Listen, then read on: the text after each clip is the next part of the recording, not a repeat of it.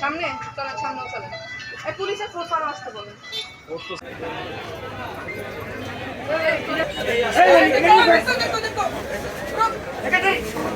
বিগত প্রায় 15 দিন যাবৎ কৃষক সমাজ যারা আছেন তারা কোনো রকম তেল পাচ্ছিল না। আমাদের কাছে গোপন সংবাদ এসেছিল যে কিছু অসাধু ব্যবসায়ী তারা ডিজেল বিভিন্ন জায়গায় বাড়িতে এবং দোকানে মজুত করে রেখেছে, যখন দাম বাড়বে তখন সে বাড়তির দামে বিক্রি করে লাভবান হওয়ার আশায়। তো আমরা আজকে সেই তথ্যের ভিত্তিতে অভিযান পরিচালনা করি এবং বাঁশকান্দি শেখপুরে 3টি স্থানে প্রায় 28 ব্যারেলের মতন তেল আমরা জব্দ করি এবং এখন সেটা বিতরণের ব্যবস্থা করছি।